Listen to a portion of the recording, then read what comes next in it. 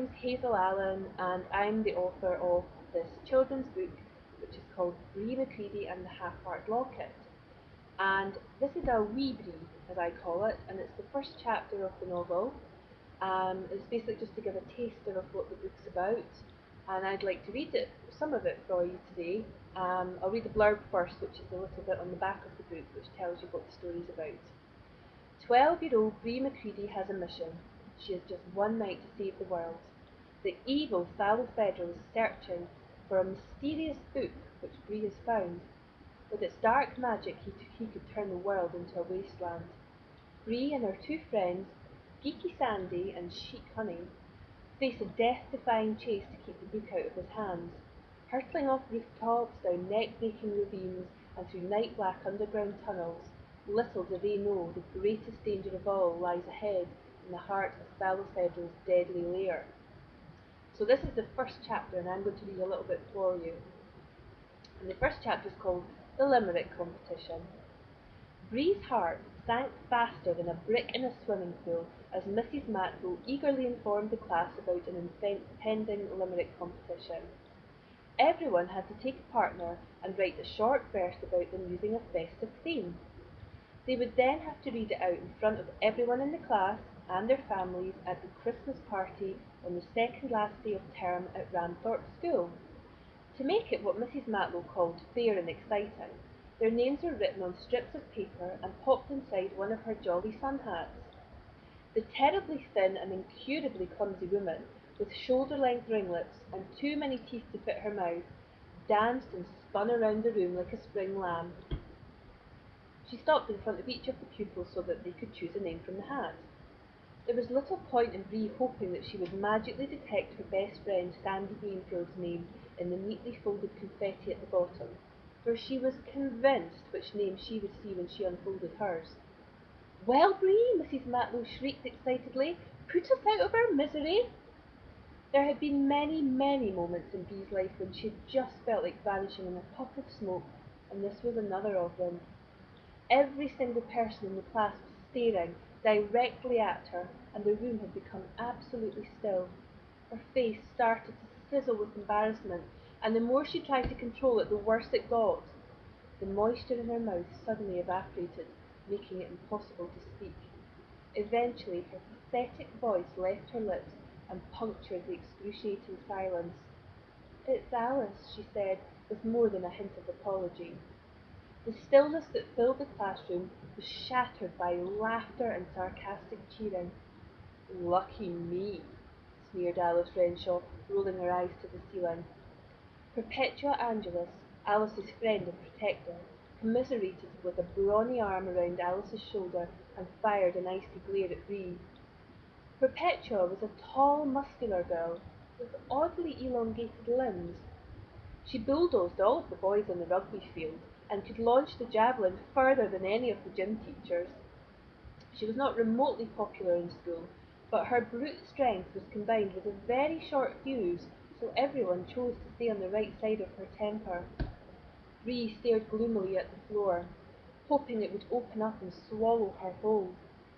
Alice was the prettiest, most popular girl at Ramthorpe. Secretly, Bree longed to look like Alice, and she lay awake most nights wishing that when she looked in the mirror the next morning, she would be surprised by her new, flawless complexion and long, shiny hair. Of course, it never happened. By contrast, if Alice wanted to be anything like Bree, she had a very strange way of showing it.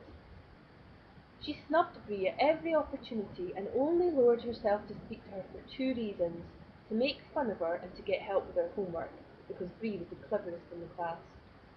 Alice had a nickname for Bree, Greedy McCready, but then it didn't help that even the teachers referred to Bree as slightly podgy.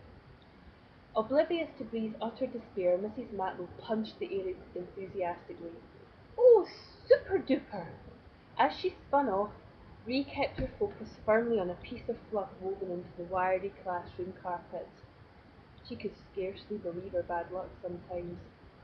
Once the last two pairings for the competition had been confirmed, Mrs. Matlow clapped to get the attention of her class, who were now chatting animatedly.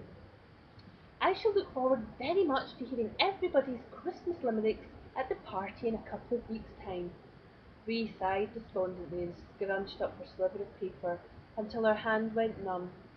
Still, at least she had 2 weeks' reprieve. However, those 14 days flew past, and suddenly the Christmas party was upon her. Ramthorpe School's gym hall throbbed with the sounds of music and laughter. Mrs. Matlow danced round the pupils in her class, oblivious to the giggles at her unique moves. A string of silver tinsel wrapped around her neck complemented the flashing Santa Claus earrings which swung, a blur of red and white as she jived. Bree cupped her chin in her hands and tried her best to ignore the feeling of dread swelling inside her stomach like an overinflated balloon. "She might not be too nasty," shrugged Sandy, pushing his glasses up his nose. "Well, seeing as it's Christmas and everything." For as long as Bree could remember, Sandy's thick-rimmed glasses had always been too big for him. They were forever slipping down, no matter how he tried to adapt them to fit his face, employing everything from a plaster to a lump of plasticine. Bree appreciated Sandy's optimism, but she knew he was as worried as she was about what Alice had in store for her. They slouched dismally, like two miserable bookends. "Whatever happens," he added, "I'll be right there beside you." Bree knew she and Sandy were kindred spirits, two leaves caught up in the same breeze. She loved that she only had to look at him to feel that everything would turn out okay in the end. And today Sandy was certainly doing his best to keep up her spirits, but nothing could assure her that the party would have a happy ending. "I'll just be glad when it's over," she said with an insipid smile, and patted his knee gratefully. Mrs. Matlow was flittering about on the stage. She fumbled with the music system, searching for the correct button to end the incessant singing about it being Christmas every day. After a few seconds of frantic jabbing, it ceased, and she was about to speak. There was an excruciating screech which resonated round the wooden-floored gym. Everyone stopped in their tracks and covered their ears. Half the parents at the back of the hall grimaced, and the other half exchanged understanding looks, just relieved it wasn't them up there having to grapple with modern technology. The horrendous racket died down and was followed by a dull amplified thud as she tapped the microphone. "Testing, 1, 2, 3."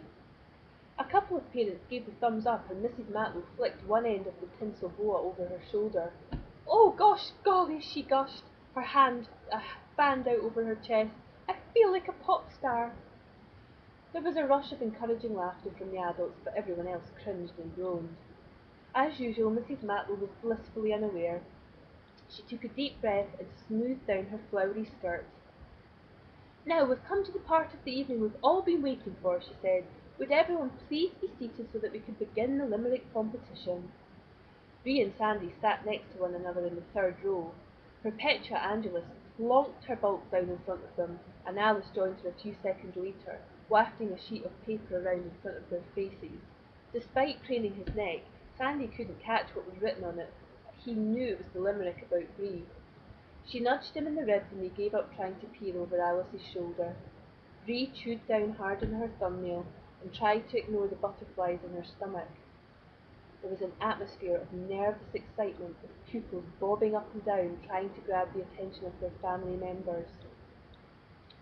I'm going to stop there, but what I'm going to say is that I've actually got a box with some of these in it at my house, and if anyone's interested in finding out just how nasty Alice is to be at the limerick competition, and what happens after that, because the adventure just gets so much better, then you can email me at www.breemccready@googlemail.com, and I'd be happy to send a signed copy of this to anybody who's interested. Okay, thanks for listening, and happy reading.